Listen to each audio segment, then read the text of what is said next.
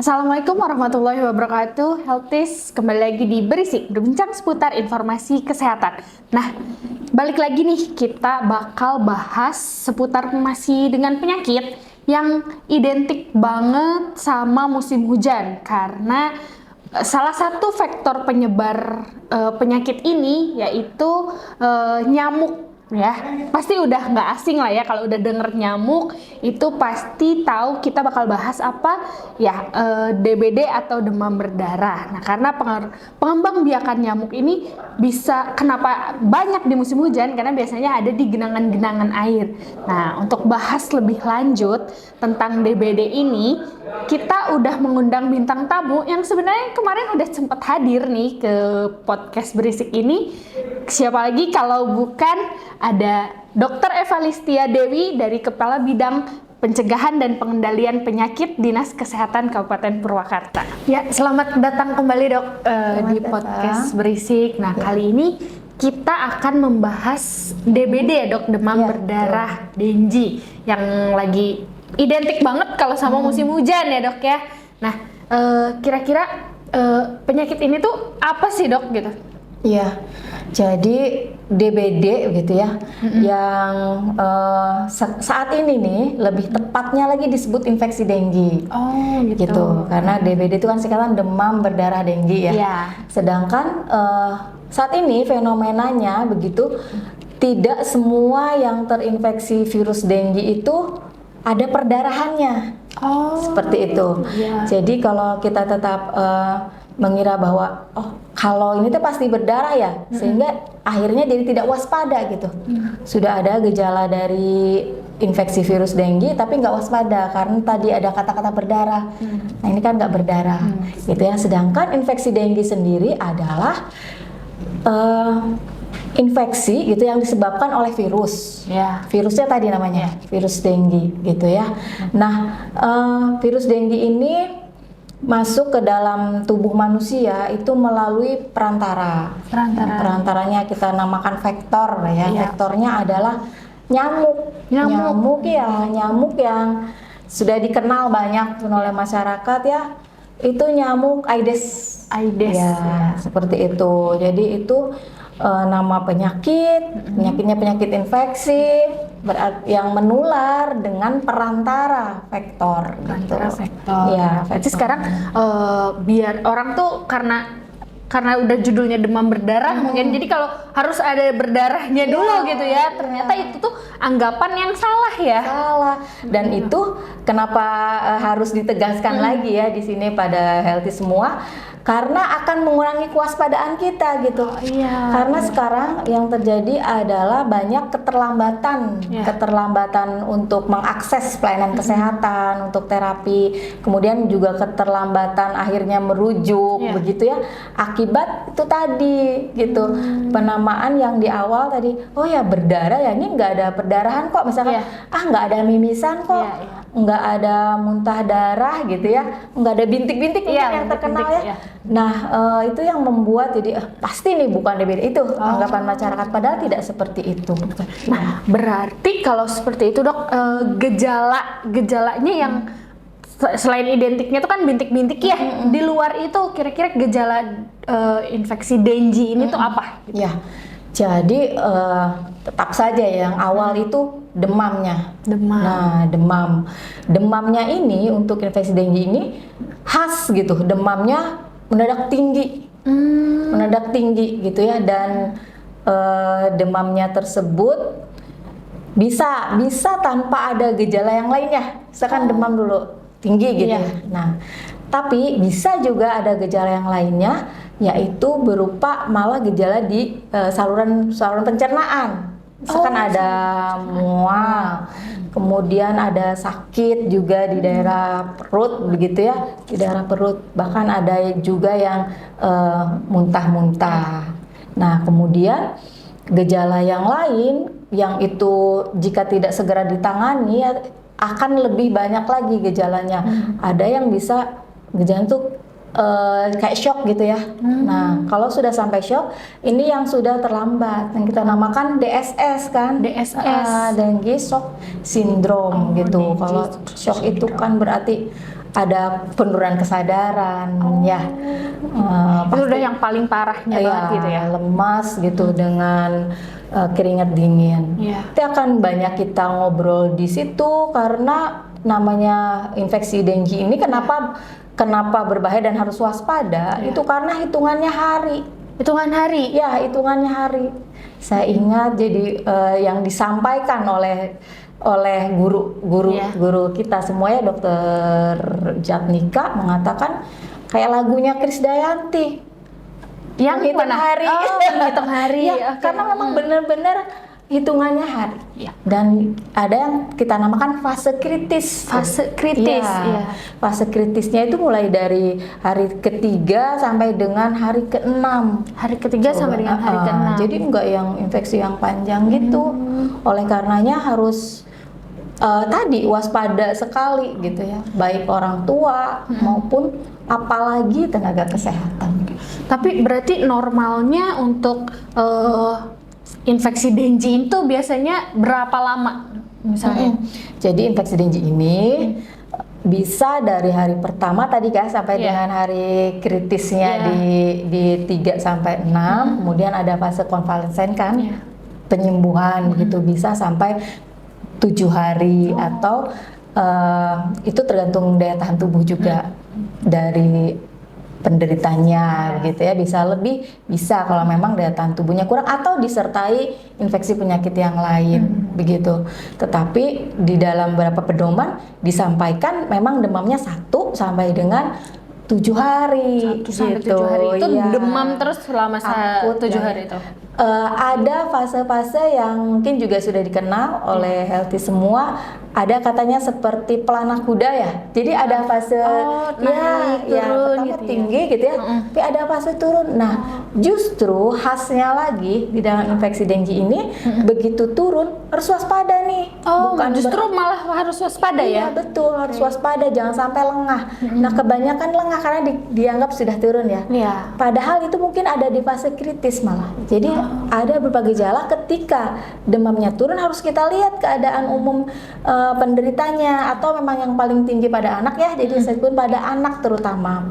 Begitu. Ini anak demamnya turun tapi lemes enggak nih? Gitu.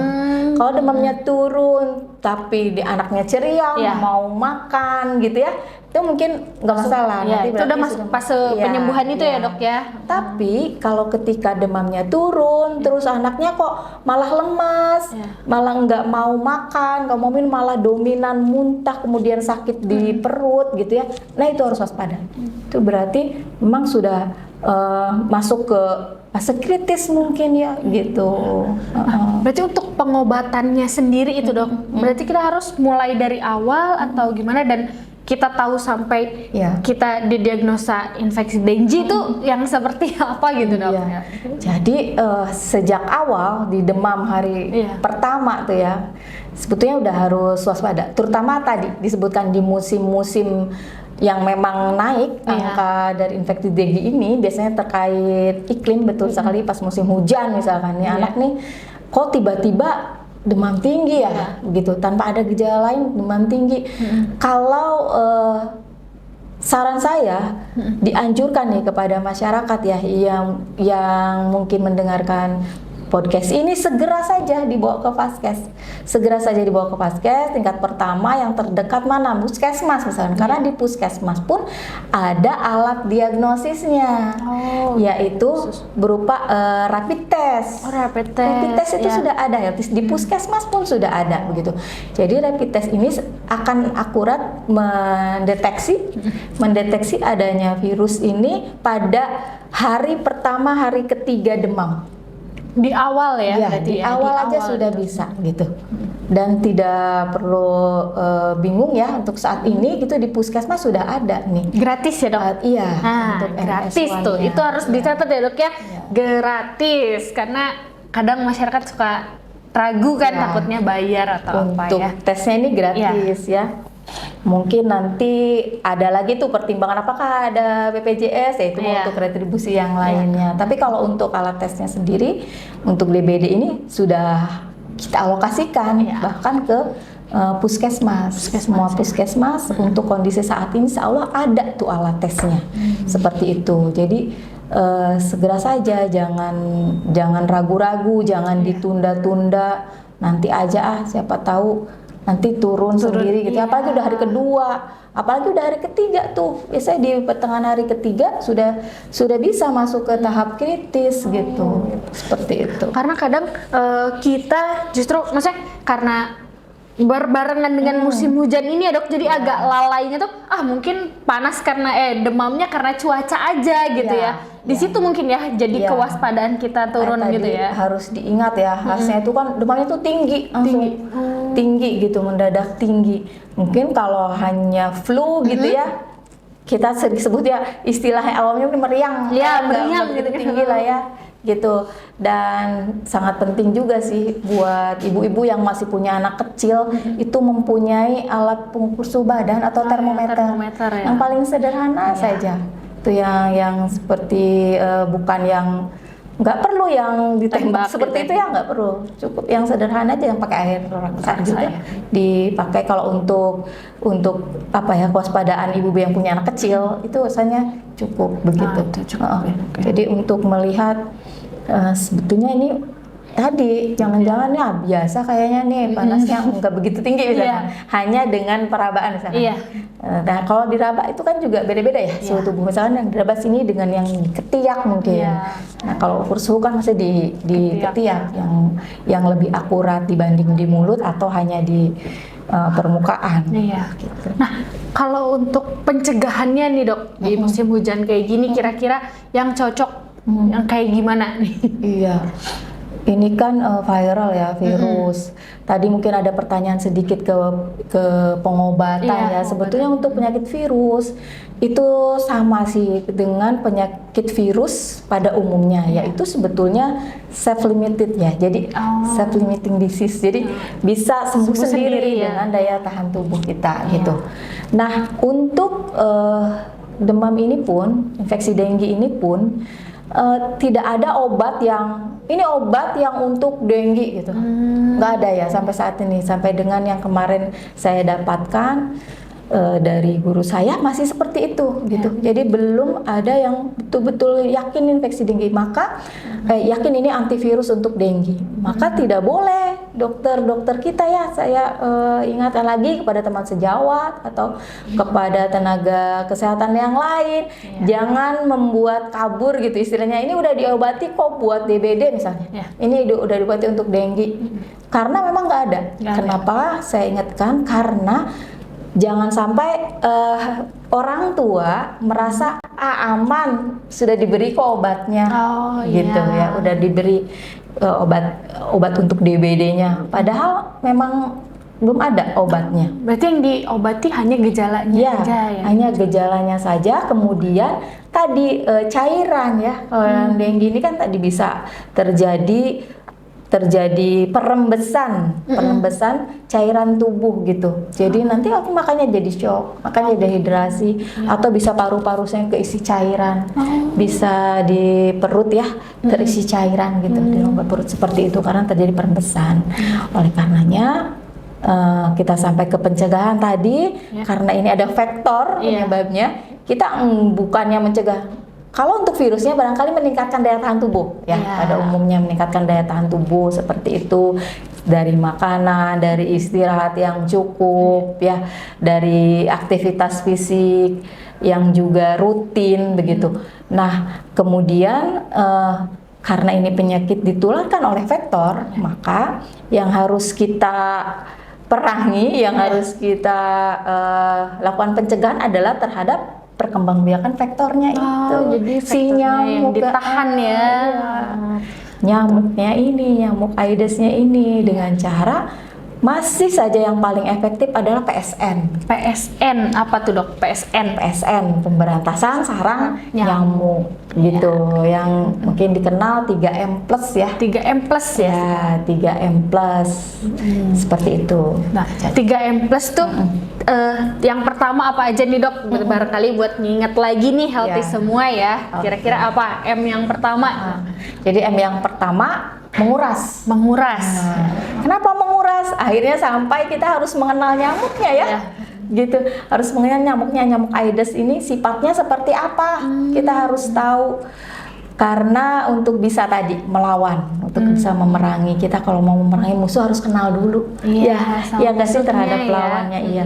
Nah, Aedes ini dia akan berkembang biak melalui perantaraan air. Oh, air. Kalau kita kenal nih nyamuknya nih nyamuk sultan nih gitu kan, airnya air bersih, dia Justru air bersih ya. dia nggak suka di air yang kotor gitu, atau yang di dasarnya itu tanah gitu, Kayak dia nggak selokan suka. gitu dia berarti nggak suka ya. Kalau selokan bawahnya itu pakai fluor gitu, Iya, coran gitu ya. coran itu bisa. Oke. Tapi kalau bawahnya tanah itu dia nggak suka. Nah, seperti itu. Kemudian dia akan bertelur, telurnya akan disimpan di dinding-dinding itu, wadah tempat air itu. Iya. Tapi kalau saya bilang sepertinya jangan dibayangkan airnya harus banyak ya, healthy enggak. Jadi dia bisa bahkan di air yang sedikit saja. Contoh saja yang sering saya lihat itu di bawah dispenser itu suka ada tempat Oh, iya, penadah iya, airnya, iya. bukan di bawahnya ya, di Iya, dekat iya, kerannya. dekat keran iya. itu ya. Nah, di situ bisa. Oh. Padahal kan kalau kita lihat airnya nggak sebegitu banyak, tapi bisa ada jentiknya. Nah, kembali ke nyamuk tadi ya, Iya. dia sangat senang untuk berkembang biak di situ. Kalau untuk tinggalnya sih ya seperti di tempat-tempat di gorden itu bisa Iya. kalau dia hanya nempelnya gitu. Tapi kan kita ingin perkembangbiakan nyamuknya Iya, ini yang kita ditahan. bahas nih, yang ditahan. Gitu. Jadi oleh karena tadi menguras ini tidak hanya bak gitu ya, tidak hanya itu, tapi di tempat-tempat tergenangnya air walaupun hanya sedikit misalkan Iya. yang tadi.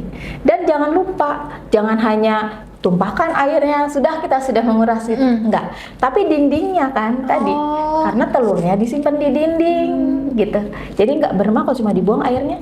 Tetap ada ya jentiknya ya. Jadi ingat nih kalau nguras ya, telur-telurnya ya. mungkin sekarang banyak tempat sudah tidak pakai bak, pakai Iya. ember, sama saja. Embernya lah dikuras gitu, pinggirnya dibersihkan pinggirnya, Iya. seperti itu. Nah itu dana itu harus rutin berkala, minimal seminggu 1 kali, bisa lebih baik lagi, gitu ya. Nah, M yang keduanya dok. Pertama ya, yang M kedua nih. Ya.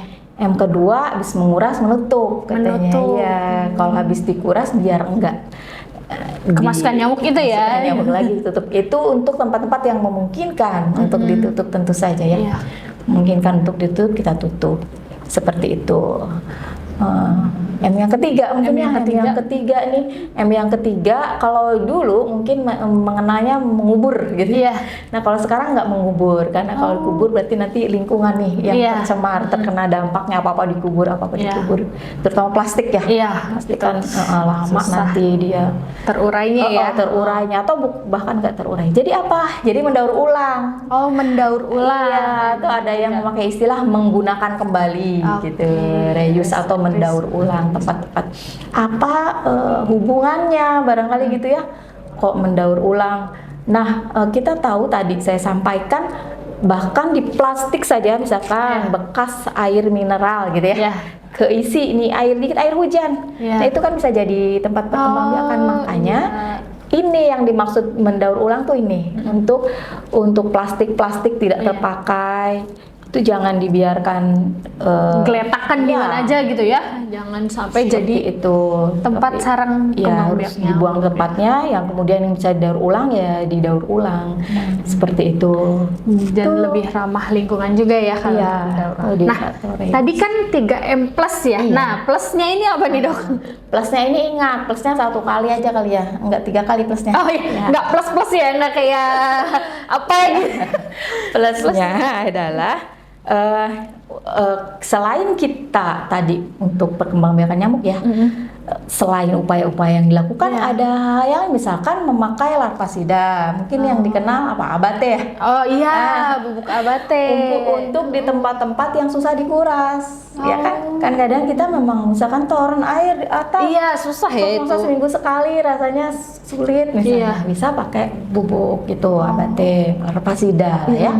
Bisa pakai larvasida yang lain juga yang memang aman, tapi seperti itu, atau memakai ini predator biologis. Jadi ikan pemakan Nyamuk. Nah, pemakan jentik nyamuk. ya, kan ada Iya, ya, iya, ada iya. ikan sapu-sapu katanya ya, ikan kepala timah, ikan nila merah gitu.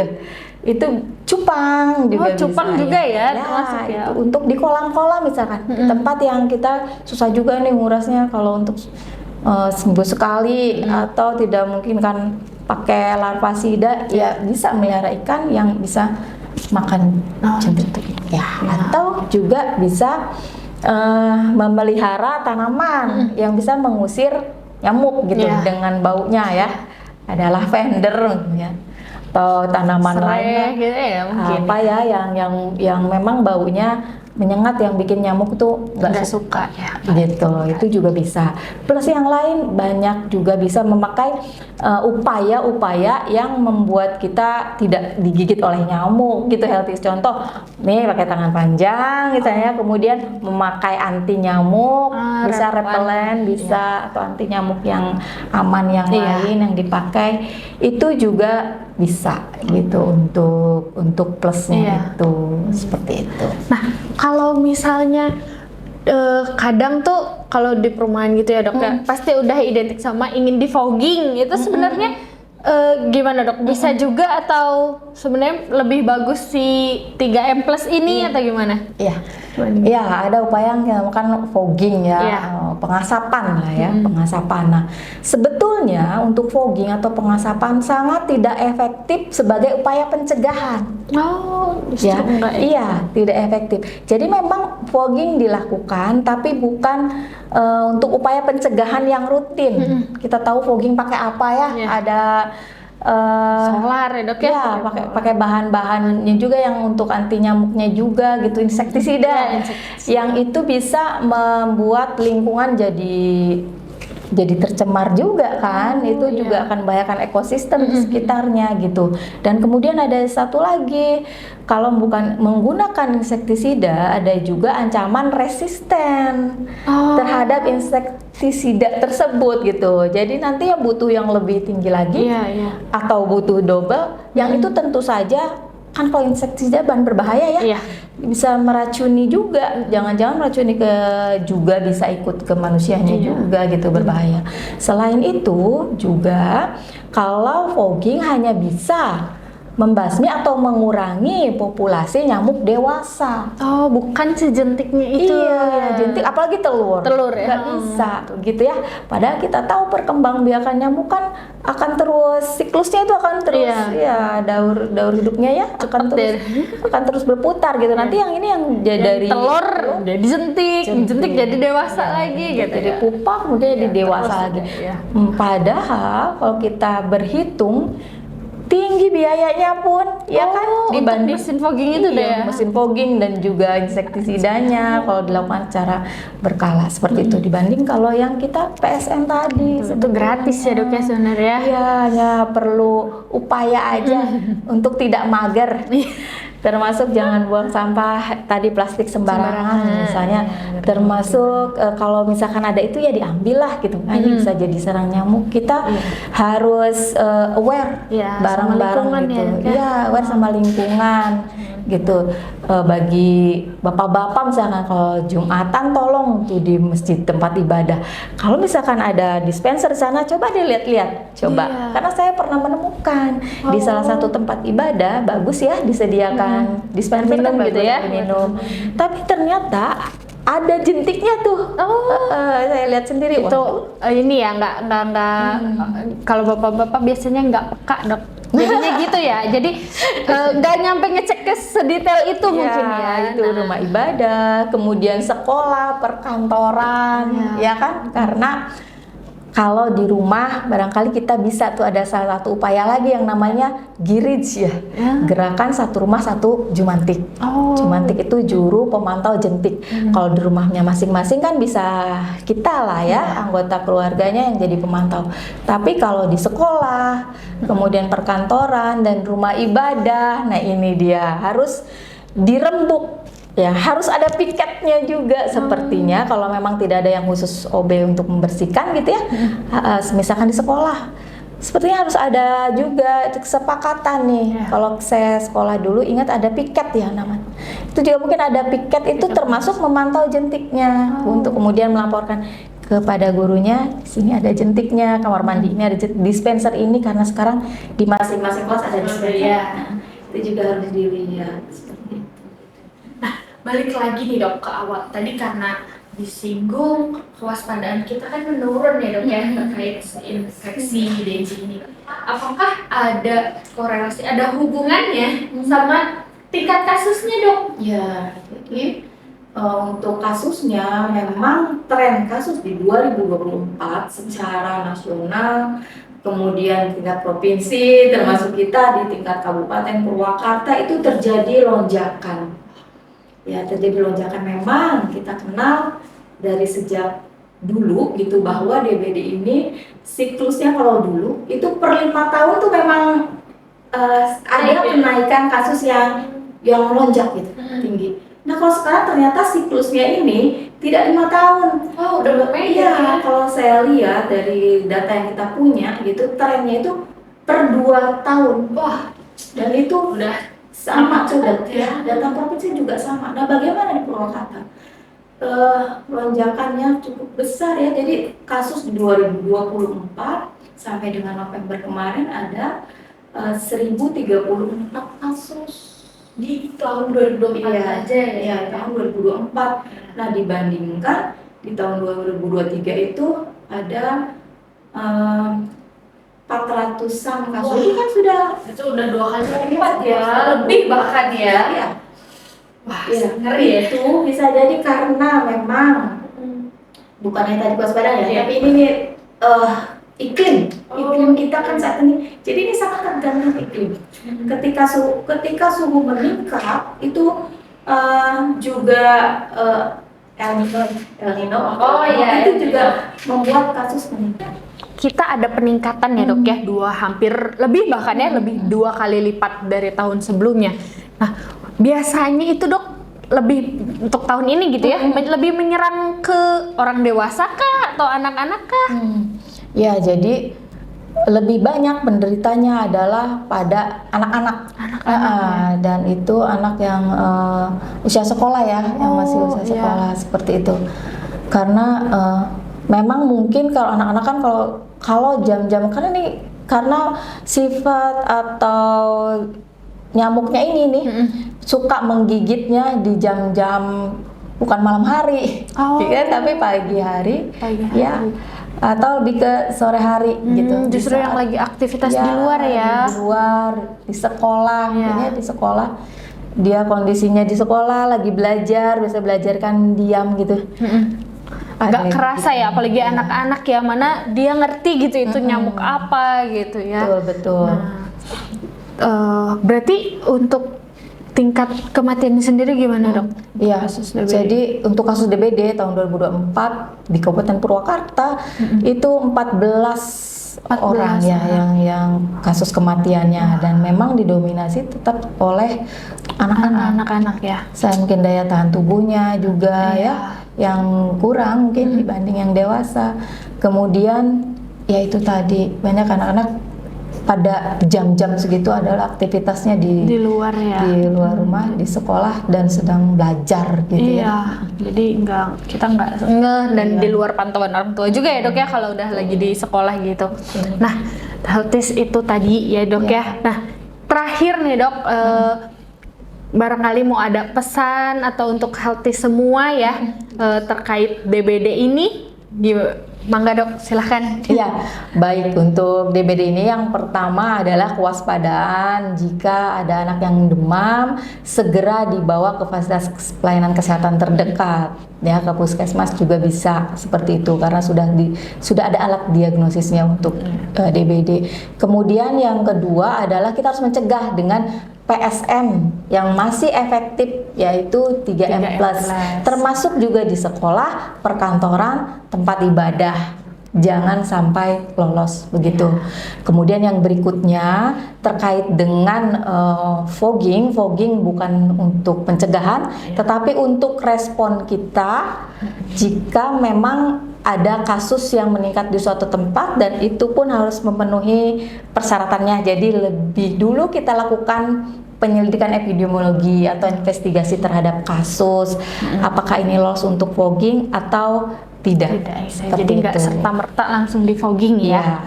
Nah gitu. Nah itu dia Healthies, pembahasan kita kali ini terkait DBD atau sekarang disebutnya infeksi dengue ya dok ya. Nah buat teman-teman semua yang ingin tahu lebih banyak, mangga boleh bisa promosiin dok Instagramnya dokter apa? Atau TikToknya mungkin untuk edukasi. Bisa kalau Instagram saya di Elistia. TikTok Elistia 13. Kemudian bisa juga di P2P, ada P2P Dinkes. Ya. Bisa nanti kita masukin juga ya dok ya di description box. Nah itu dia Healthies, terima kasih sudah standby atau udah nonton kita terus nih tiap minggunya. Jangan lupa di subscribe, like, dan komen YouTube Dinas Kesehatan dan juga di follow media sosial lainnya dari Dinas Kesehatan. Terima kasih. Assalamualaikum warahmatullahi wabarakatuh. Terima kasih ya dok. Sama-sama.